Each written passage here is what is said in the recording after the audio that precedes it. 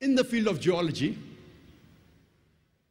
and the geologists today, they tell us that the radius of the earth on which we live is approximately 3,750 miles.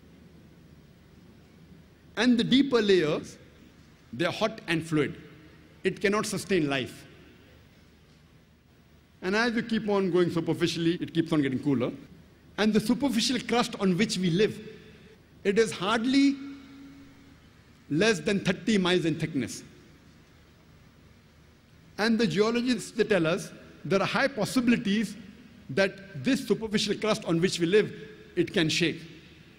And today the geologists tell us, they talk about the folding phenomena, which gives rise to mountain ranges. And because of this folding phenomena, and because of this mountain, there is stability on the earth. The Quran says in Surah Naba, chapter number 78, verse number 6 and 7, we have made the earth as an expanse. Wal jibala autada, and the mountains as stakes. The Arabic word autad means stakes or tent pegs. Like how we put a tent peg into the ground, we see only a small portion on the top, the major portion goes deep into the ground. So the Quran says the mountains are like tent pegs. And today science tells us that the mountain has got deep roots. And the portion we see on the top is only a small portion, like the tip of an iceberg. The major portion of the iceberg is in the water, and only a small portion is here on the top.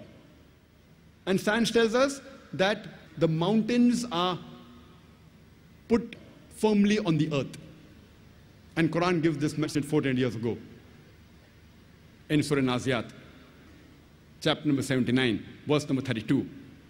As well as Surah Ghashiyah, chapter number 88, verse number 19, that we have placed on the earth mountains standing firm. As far as the subject of geology is concerned, a book by the name The Earth, which is known as one of the best textbooks in the field of geology and is referred in most of the universities in this subject.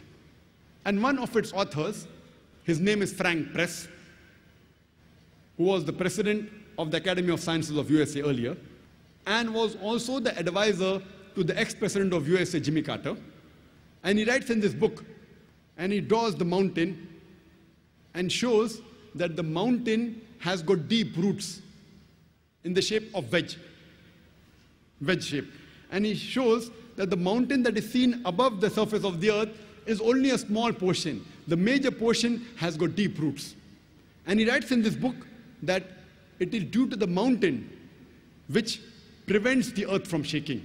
And this is exactly what is mentioned in the Quran 14 years ago in Surah Anbiya, chapter number 21, verse number 31, as well as Surah Luqman, chapter number 31, verse number 10, that we have placed on the earth mountains standing firm, lest it would shake with you.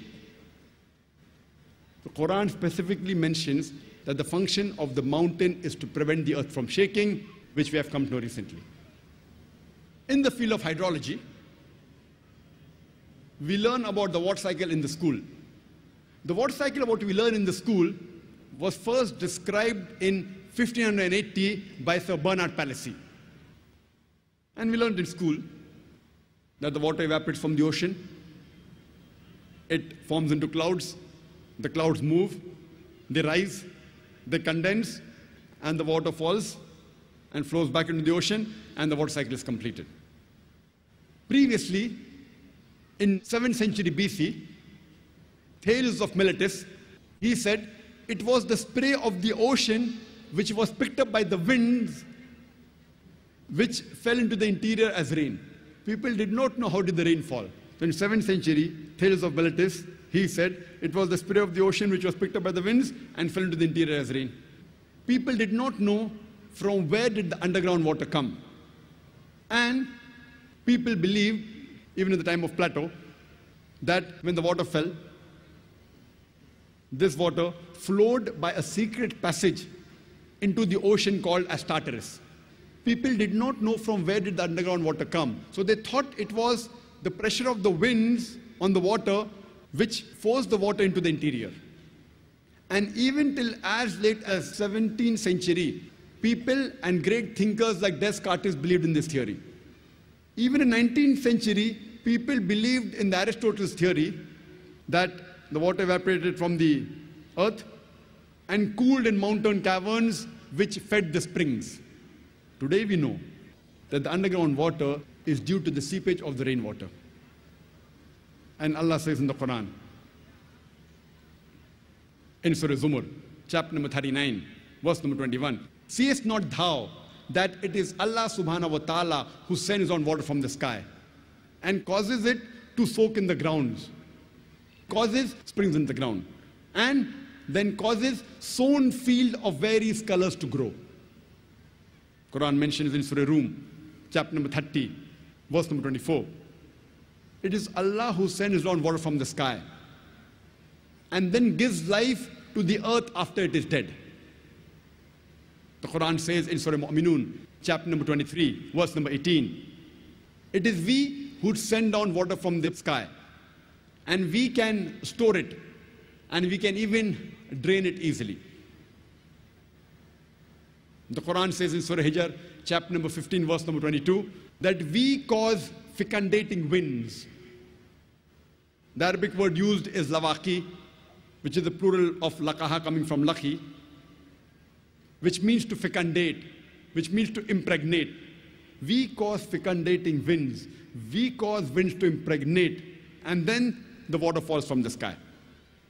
And today we know that science tells us that the pollen is picked up by the winds and it impregnates the clouds. And the second type is the clouds, they join together. Then there's lightning and water falls from the sky. A similar message of hydrology and water cycle is mentioned in Surah Nur, chapter number 24, verse number 43. It is Allah who makes the clouds to move gently and then causes them to join, then makes them into a heap, and then water emerges from the sky. Quran says in Surah Rum, chapter number 30, verse number 48, that it is Allah subhanahu wa ta'ala who makes the clouds to rise, then makes it into fragments, and then water falls from the sky.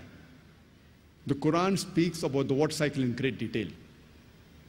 The Quran says in Surah Tariq, chapter number 86, verse number 11, وَسَمَاءِ ذَاتِ الرَّجِ, which means by the capacity of the heavens to return.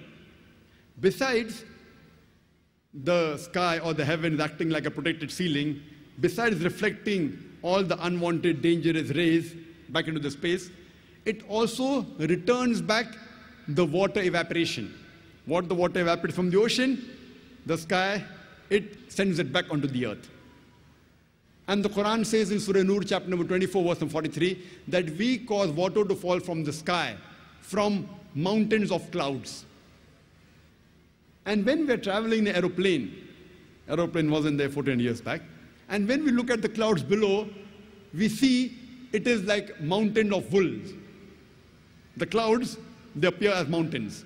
Imagine, Quran mentions that 14 years ago. Quran describes the water cycle in great detail in several verses. Besides the several verses I quoted, there are many other umpteen number of verses which speak about the water cycle. It's mentioned in Surah Araf, chapter number 7, verse number 57. In Surah Rod, chapter number 13, verse number 17. In Surah Furqan, chapter number 25, verse number 40 and 49. In Surah Fatir, chapter number 35, verse number 9. In Surah Yasin, chapter number 36, verse number 34. It's mentioned in Surah Jashia, chapter number 45, verse number 5. In Surah Qaf, chapter number 50, verse number 9 and 10. It's mentioned in Surah Waqia, chapter number 56, verse number 67 to 70. It's mentioned in Surah Mulk, chapter number 16, verse number 30. You can go on only quoting the several verses of the Quran which speak about the water cycle.